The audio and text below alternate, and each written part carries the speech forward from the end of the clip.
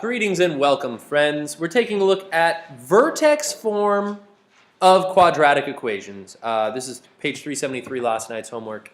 And in case you're wondering, vertex form looks like this. Y equals a parentheses x minus h squared plus k.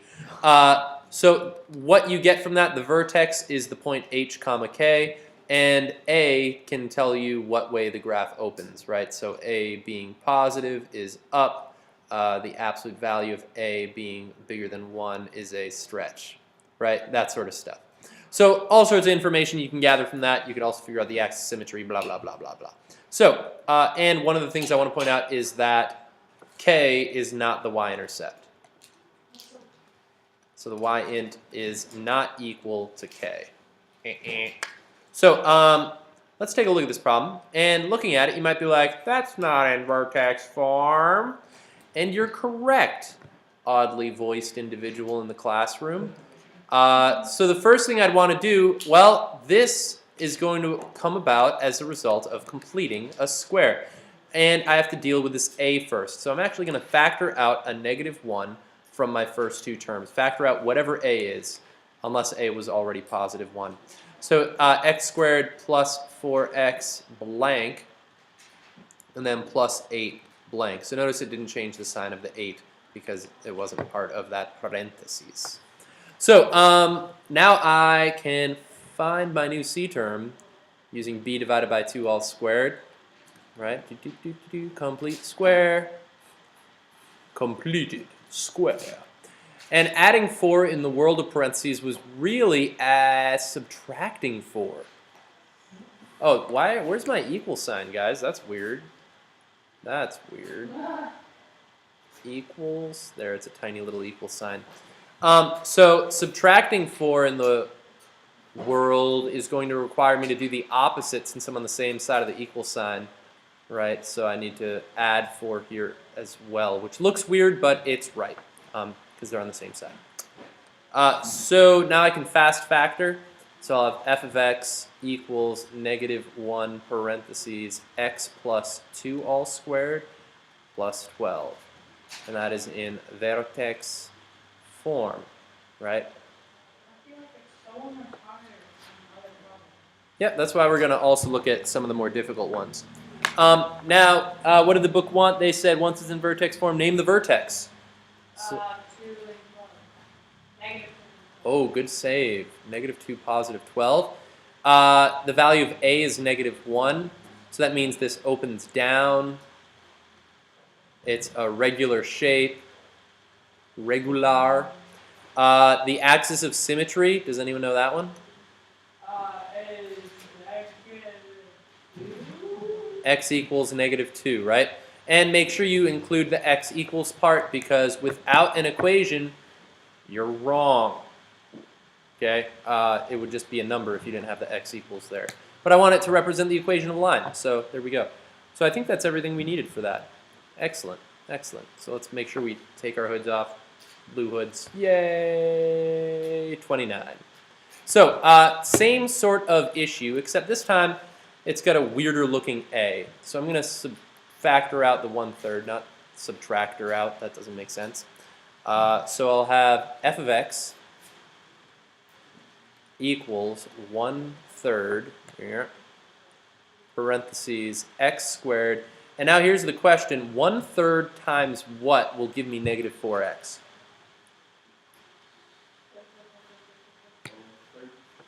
-12 thirds. Or -12x. Sorry. Well, look at it this way. -12 divided by 3 is -4. Or I could say -4 divided by 1/3 is going to be -12, right? Dividing that by 1/3 is the same as multiplying by its reciprocal, which is tripling it, right? Blank, right? Plus 15, blank. All right, so that was maybe the trickiest part, is figuring out where that 12 comes from. But now I can find my new c term. -12 divided by 2 all squared is -6. All squared is positive 36, right? because the negative all squared becomes positive. Now, adding 36 in the world of parentheses is really adding 12.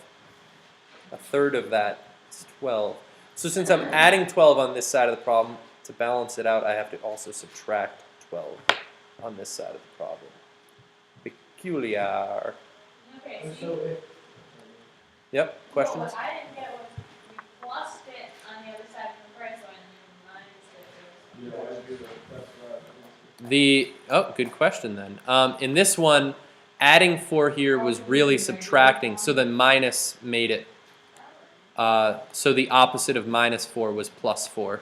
And here, I was adding 12, and the opposite of adding 12 was subtracting Yeah, 12. okay. Right, so it's a good question. All right, definitely good. So f of x equals 1/3 parentheses fast factor x minus 6 all squared plus 3.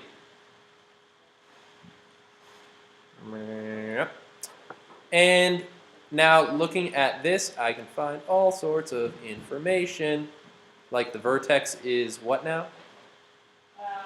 6 and Ooh, good save, right? It's the opposite. Actually, it wasn't even a save. 3. I know. You didn't even fall into that trap. A is equal to the 1/3. So that's positive, so that tells me that it opens up. Its absolute value is less than 1, so it's a smoosh. Smoosh. Right? Let's actually find the axis of symmetry and then the slopes. 6. X equals 6, yep. And then if I wanted to find the slopes, sloppy slopes, sloppy slopes, I'd have up 1 over 1, up 3 over 1, up 5 over 1, but I'd have to multiply those numerators by the a value, right? And a was 1/3, so I'd have 1/3 times that. I'm getting a little bit of a lag here. Whoa, whoa. Hang in there, computadora. So I will have 1/3 over 1, up 3/3 over 1, and then up 5/3 over 1. And I actually can't, I know this one I could reduce the numerator. You don't want to reduce the whole thing because then it won't be a parabola anymore. It doesn't have a linear thing with the slope, so I can't reduce them that way. And you actually don't want to reduce these because you'll end up making your y-scale count by thirds. So you'll go up 1 of your tick marks over 1, up 3 of your tick marks over 1, and then up 5 of your tick marks over 1. Since each tick mark would represent a third point, right, where 3 tick marks equals a whole unit. Right, so there you go. You didn't have to find the slopes last night, but I figured I'd point that out since it's sometimes a tricky problem if we did have to graph that. Let's see, last example, 32. Here they gave us a graph, and they wanted this in vertex form. What? So once again, vertex form is the y equals x minus h all squared plus k. So what is the value of the vertex here? What's the vertex? Negative 3, 6, right? That's the turning point on my graph, the maximum in this case, since it opens down. Negative 3, 6, that means h is equal to negative 3 and k is equal to 6, right? So I could plug that in, but I still have to figure out what a is going to be. And in this case, it's not too crazy. You could find it graphically. There's 2 solutions here that I could show you. From my vertex, notice if I go down 1 over 1, down 3 over 1, I land on another point.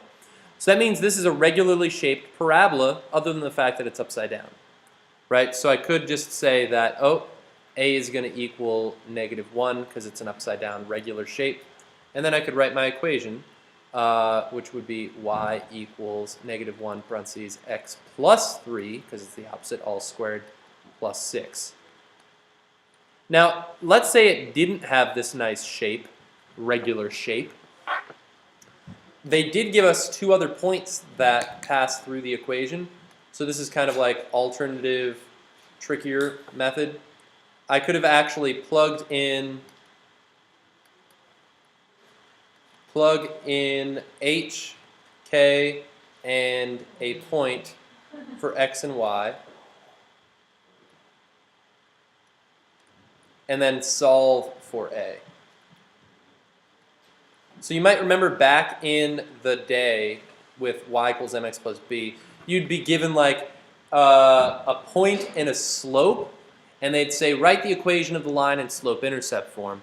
And what you would do with y equals mx plus b is you'd plug in your slope for m, and then you'd plug in your point for x and y, because you knew that your equation was going to be true for that point x comma y. And then you'd solve for your unknown, which was the b in y equals mx plus b, b being the y-intercept. Same sort of thing here. I'm going to plug in what I know and solve for what I don't, which at the time I didn't know the a. Okay? So let's plug in, which point do you like better, -1, 2, or -5, 2? Yeah, let's use -1, 2. Who said 5? Just because of the smaller numbers. And then I have -3, 6 as You know. They're dead. H, K, A, B. Nope, that's a lie. X, Y. What am I saying? So let's plug it in, and I'll just show you real quick. I would have 2 equals A parentheses, X was -1, minus H, so that's going to be +3. Wait, does that say HK? It looks like it says like UU. Yeah, I know, I didn't write those very well. Oh, I thought it was.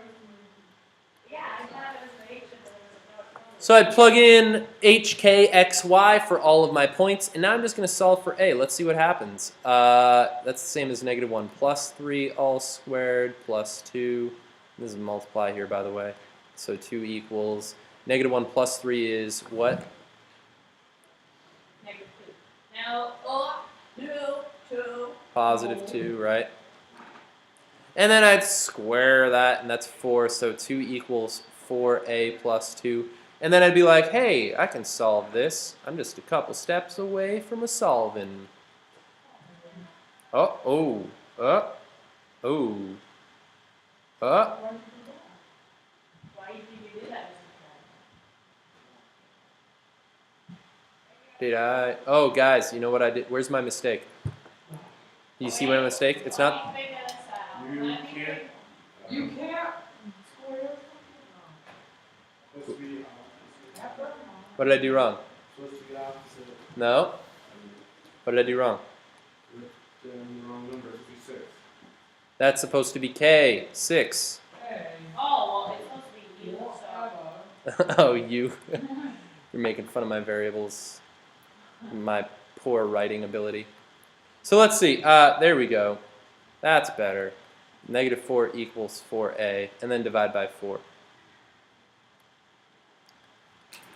And I would get A equals -1. So I'd still end up getting that.